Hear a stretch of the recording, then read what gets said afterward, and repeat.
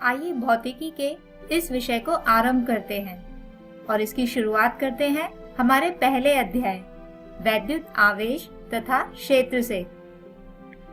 दोस्तों, आज हम इस अध्याय के प्रथम भाग को समझेंगे और जानेंगे वैद्युत आवेश को, जिसके बाद इसी पर आधारित कुछ प्रकार के पदार्थों के बारे में जानेंगे जो कहलाते हैं विद्युत चालक, अर्धचालक तथा विद्युत रोधी। तो चलिए शुरू करते हैं इन्हीं विषयों के साथ, जिसमें सबसे पहले है वैद्युत आवेश। दोस्तों, हमने हमारे आम जीवन में बहुत सी परिघटनाओं को घटित होते देखा है।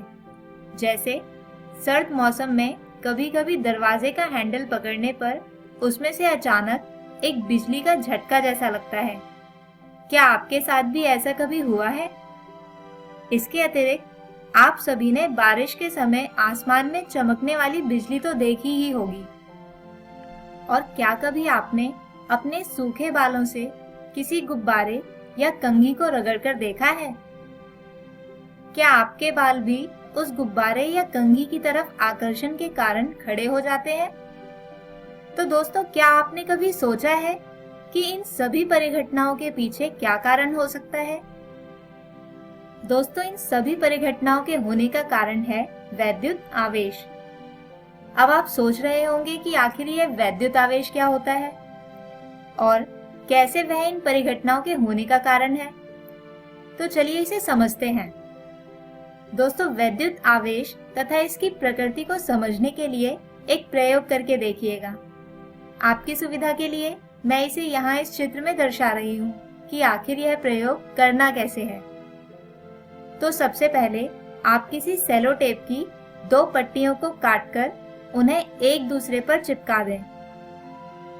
फिर दोनों पट्टियों को एक झटके के साथ एक दूसरे पर से छुड़ाकर और फिर से निकट लाएं।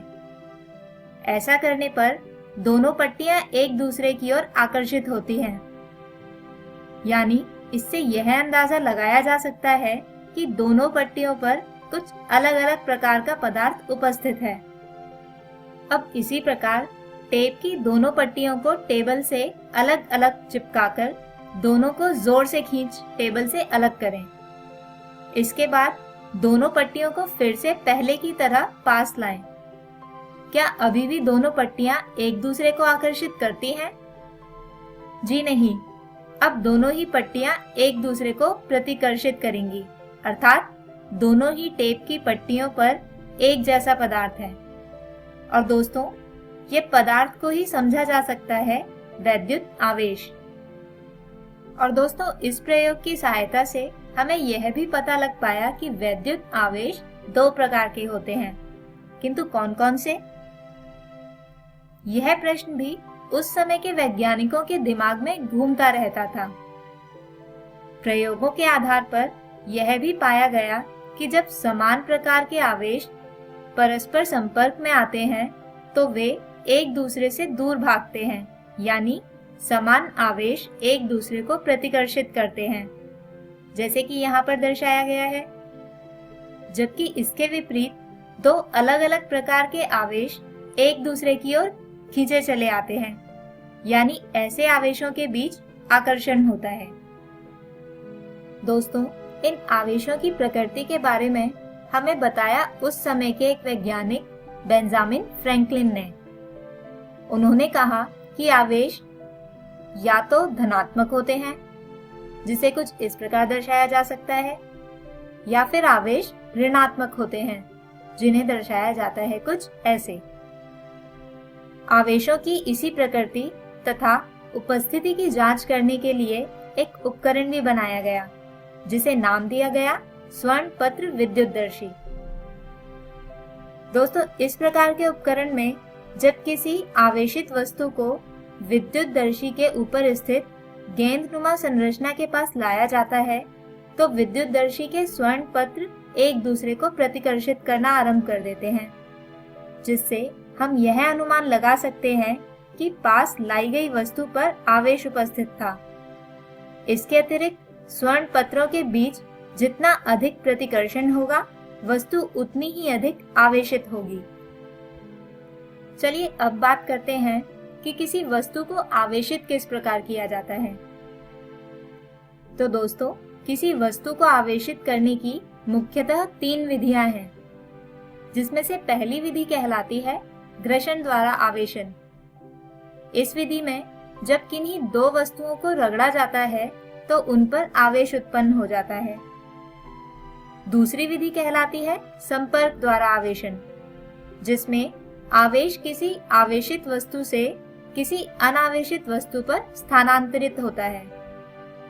और अंतिम विधि कहलाती है प्रेरण द्वारा आवेशन, जिसमें किसी दूसरी वस्तु पर आवेश पास में रखी आवेशित वस्तु के कारण उत्पन्न हो जाता है।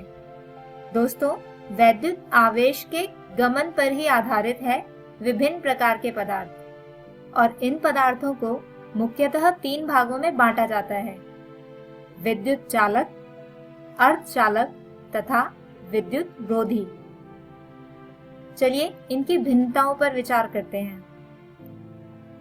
दोस्तों, विद्युत चालक वे पदार्थ होते हैं जो अपने अंदर विद्युत प्रवाहित होने देते हैं, जबकि विद्युत रोधी पदार्थ अपने अंदर विद्युत प्रवाहित नहीं करते। और इन दोनों के ही विपरीत अर्धचालक अपने अंदर विद्युत तो प्रवाहित करते हैं, किंतु ये आवेशों की गति में अवरोध उत्पन्न करते हैं। दोस्तों, विद्युत चालक पदार्थों का निम्न या न के बराबर प्रतिरोध होता है, जबकि विद्युत रोधी पदार्थ में उच्च प्रतिरोध होता है। और इसके अतिरिक्त अर्धचालक का प्रतिरोध चालक तथा विद्युत रोधी पदार्थ के मध्य होता है। चलिए इनके उदाहरणों पर विचार करते हैं। दोस्तों, विद्युत चालक का सबसे अच्छा उदाहरण है धातु, जिनमें विद्युत प्रवाहित हो जाती है, जबकि विद्युत रोधी पदार्थ का उदाहरण है प्लास्टिक। और अर्धचालक का एक उदाहरण है सिलिकॉन। तो आशा करते हैं कि आपको इन तीनों ही पदार्थों के मध्य अंतर समझ आए होंगे। चलिए अब इसी पर आधारित एक खेल खेलते हैं। दोस्तों, यहाँ एक अलमारी में कुछ सामान रखा है और यहाँ आपके सामने 3 टोकरी रखी हैं, जिन पर विद्युत चालक, अर्धचालक तथा विद्युत रोधी लिखा है। अब खेल के नियम यह हैं कि मैं यहाँ से एक एक चीज को उठाऊंगी और आपको मुझे यह बताना है कि यह कौन सी वाली टोकरी में जाएगी। सही उत्तर के लिए आपको मिलेंगे पूरे 10 अंक और गलत के लिए 0। आपको ये खेल अपनी कॉपी में खेलना है। आपको लिखना है उस वस्तु का नाम और उसके आगे उसकी टोकरी का नाम। तो चलिए शुरू करें। आप अपनी कॉपी और पेन के साथ तैयार हैं ना? तो चलिए उठाते हैं अपनी पहली वस्तु, जो है एक लकड़ी का टुकड़ा। क्या लगता है आपको, यह किस टोकरी में जाना चाहिए? क्या आपने अपना उत्तर लिख लिया? तो दोस्तों, यह जाएगी विद्युत रोधी वाली टोकरी में। सही उत्तर देने वाले अपने 10 अंक लिख सकते हैं आप। चलिए अब लेते हैं अपनी दूसरी वस्तु, जो है कोई धातु। चलिए आप इसके लिए भी टोकरी का नाम लिख लीजिए। अगर आपने लिखा है विद्युत चालक, तो आप अपने 10 अंक लिख लीजिए, क्योंकि यह एक विद्युत चालक ही है। आइए अब तीसरी वस्तु की बारी है, जो है एक सिलिकॉन का टुकड़ा। क्या आप इसके लिए भी अपना उत्तर लिख चुके हैं? तो दोस्तों, यह है एक अर्धचालक, जिसके कारण यह जाएगा अर्धचालक वाली टोकरी में। अब बारी आती है अगली वस्तु की, जो है एक कांच का गिलास। क्या आपने इसके लिए भी सही टोकरी ढूंढ ली है? चलिए देखते हैं। तो क्योंकि कांच एक विद्युत रोधी पदार्थ है, इसलिए यह वस्तु जाएगी विद्युत रोधी वाली टोकरी में। और अंत में एक बिल्ली। क्या आपने अपना उत्तर लिख लिया है? तो अगर आपने लिखा है कि इसे विद्युत चालक वाली टोकरी में जाना चाहिए, तो यह बिल्कुल ठीक है, क्योंकि जंतुओं का शरीर विद्युत चालक प्रकार का होता है। और दोस्तों, यही कारण है कि जीव जंतुओं को बिजली के झटके अक्सर लग जाते हैं। तो आप में से कौन यह खेल जीता?